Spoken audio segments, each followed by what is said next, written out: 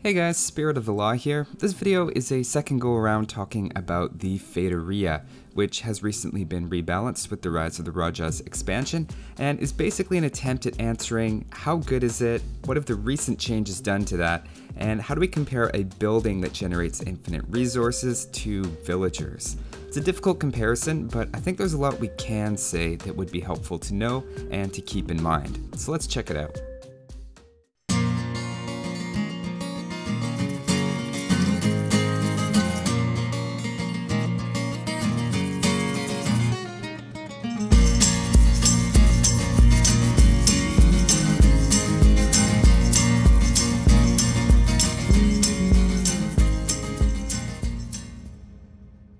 First of all, just a quick recap, the Feitoria is a unique building for the Portuguese in the African Kingdom expansion.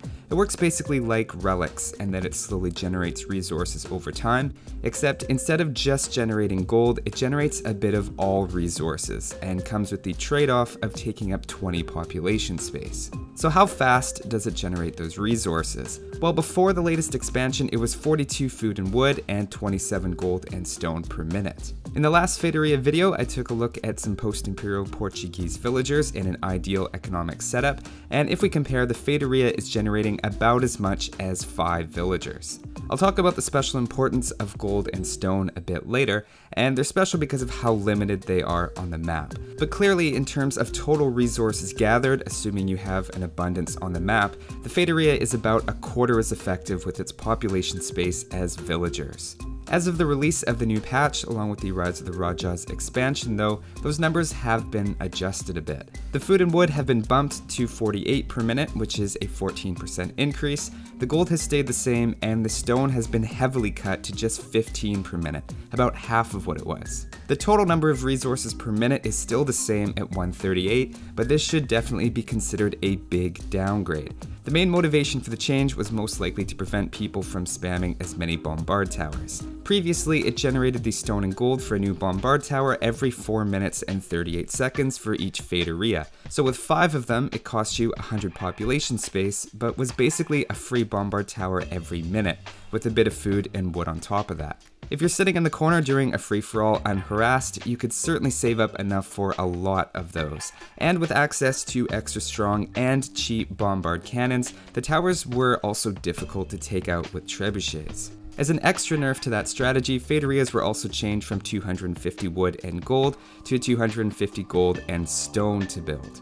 It now takes over 16.5 minutes just to pay that original stone back and get to where you started. If you want a simple way to look at its new stone rate, considering it produces about 5 villagers worth of the normal collection, it's basically setting aside an unusable 15 population space in order to get 7 bombard towers every hour, or 1 every 8 minutes. In a 300 or 500 population game, that might seem worth it to you, and on an extreme scale of replacing your entire 500 population economy in the late game, even after the nerfs, every minute of gameplay, you'd save up enough for 3 bombard towers. The way to counter someone doing that strategy is obviously by putting the pressure on the Portuguese player early. So that's the depth I went into in the last video, but now let's take a look at stone generation in a bit more depth.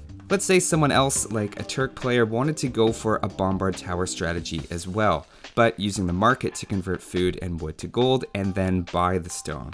Clearly, the determining factor of how well the Turks' market strategy will work depends on the price of stone. As it goes up, buying stone will become slower, so at some point a Feitoria will produce faster. The question is, how long?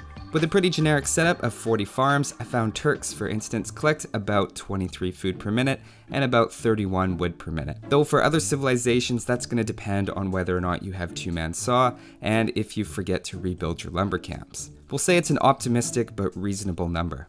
If we do 10 farmers and 10 lumberjacks, we can expect around 233 food and 309 wood per minute.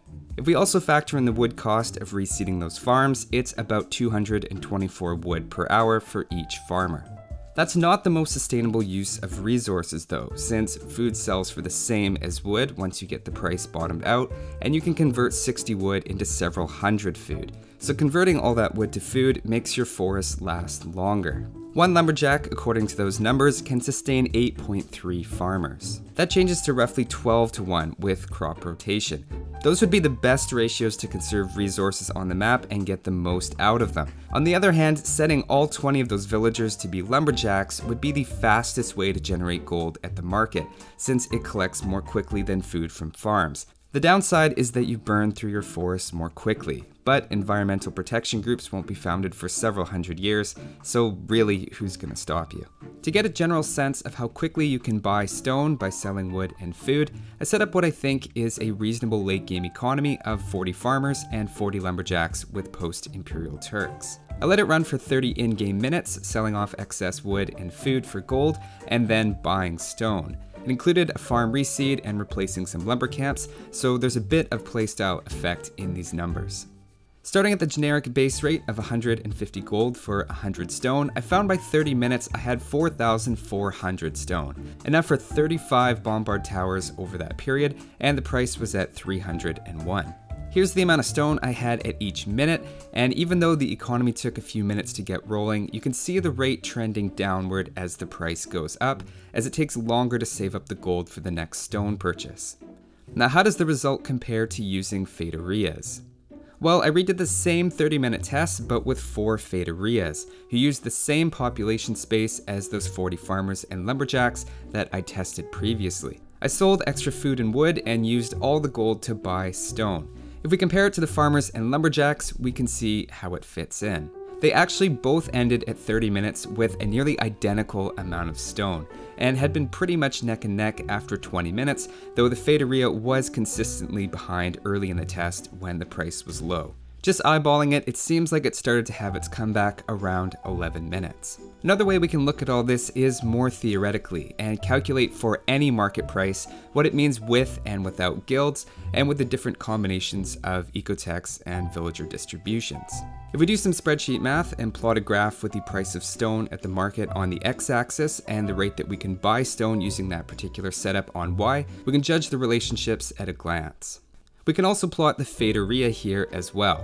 Now for the non-Feitoria player, it depends how you're using your wood and food to generate the gold, and if you're relying on a mix of farmers and lumberjacks or going for the sustainable route, but the Feitoria is certainly in the mix, and better than most methods if the price is passing 175, though using 20 lumberjacks with guilds is still better up until a market price of 400. Go lumberjacks. In the practical example I tried, the Feitoria started catching up when the price was only around 218, about 60 earlier than we would have predicted.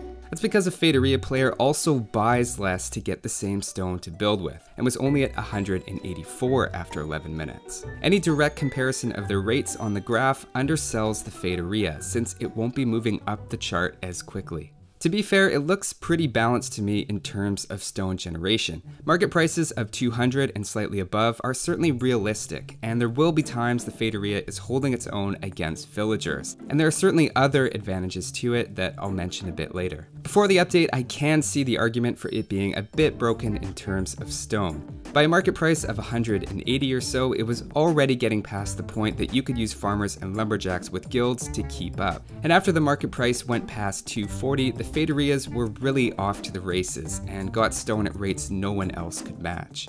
But enough about stone, what about gold? We all know relics are good, so doesn't that make Feitorias good for gold? Well, again, we have to think about population space and what else you could be doing with it.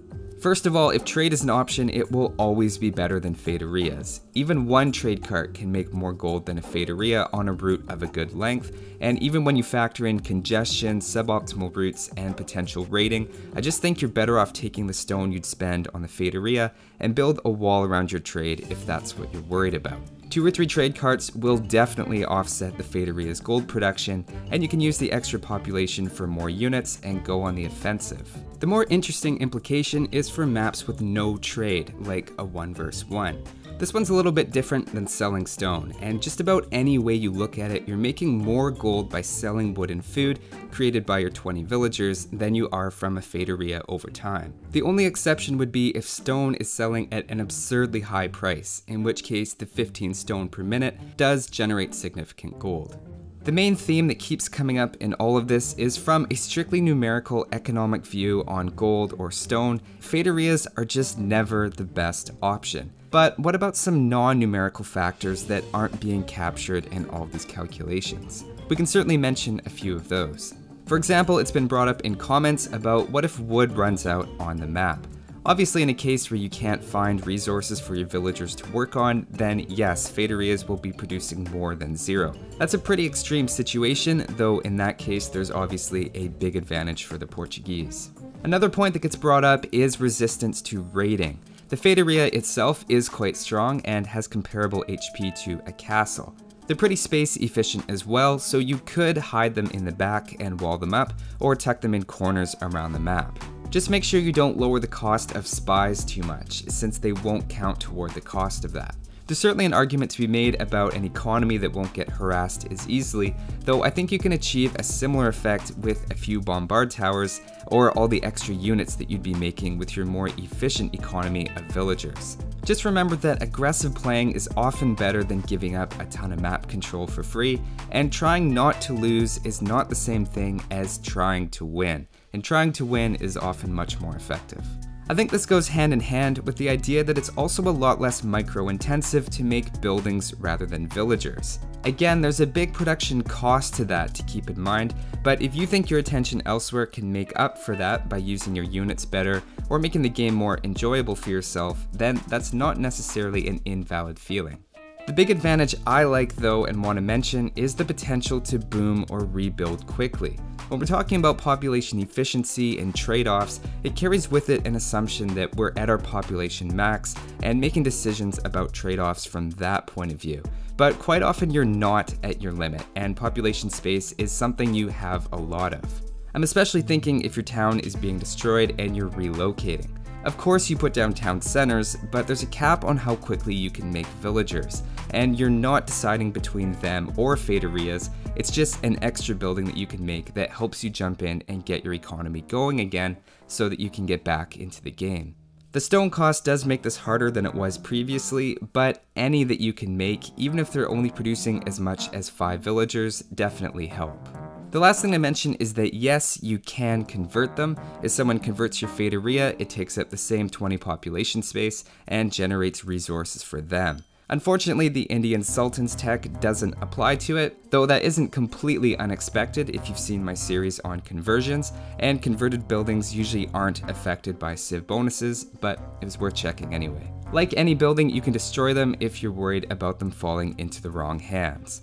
But that's my look at the Feitoria. I posted a version of this video a couple of days ago and concluded Feitorias were basically terrible. But an error that I made was pointed out to me about their stone gather rate, and now I'm sold that they're actually a decent option if you're going heavily into stone, but like the convenience and raiding resistance that they provide. That being said, it also seems they've had their one special role taken away, and they were arguably already situational as a stone generator in games without trade, and now they don't really have that anymore. It never hurts to have the option, but I think you shouldn't feel like you have to use them in every game as Portuguese. I think the intention was to get it to a point that it's a tough decision, but I hope now you at least know some of the factors that you're weighing when you make that decision. Thanks for watching guys, and I'll see you next time.